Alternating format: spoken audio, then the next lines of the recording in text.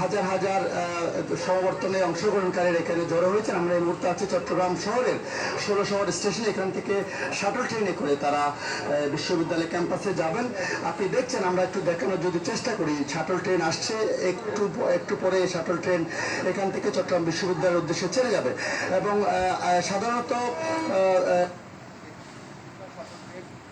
বিশ্ববিদ্যালয়ের দিকে ছেড়ে যায়, কিন্তু আজকে বিশেষ ব্যবস্থায় পাঁচটা শাটল এখান থেকে ছেড়ে যাবে। এখন 9:30 এটা ছেড়ে যাওয়ার কথা, আপনি নিশ্চয় দেখছেন।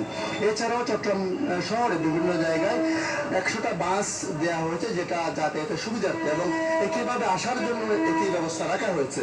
এবং আপনি দেখছেন শাটল ট্রেন এসে পৌঁছেছে, এবং এখানে উৎসুক যারা সমাবর্তনে অংশ নেবেন তারা তাদের পরিবার সহ, অনেকের মা বাবা এসেছেন, সবাই যাওয়ার জন্য এখানে অপেক্ষা করছেন, আপনি দেখছেন।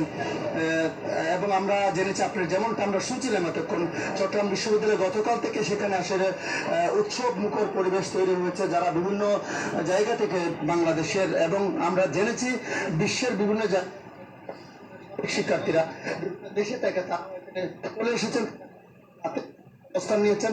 যেহেতু স্থান সংকুলন না হওয়ায় হল এবং বিভিন্ন বাসা বাড়ি ভর্তি হয়ে যায়, অনেকে রাস্তা খোলা আকাশের নিচে ছিল, এবং আমরা এমনও দেখেছি মাদ্রাসা মসজিদে অনেক অবস্থান নিয়েছে, এবং তারা বাস্তবতা মেনে আসলে গান গেয়ে আড্ডা দিয়ে তাদের সময়টা পার করেছে। তারা এই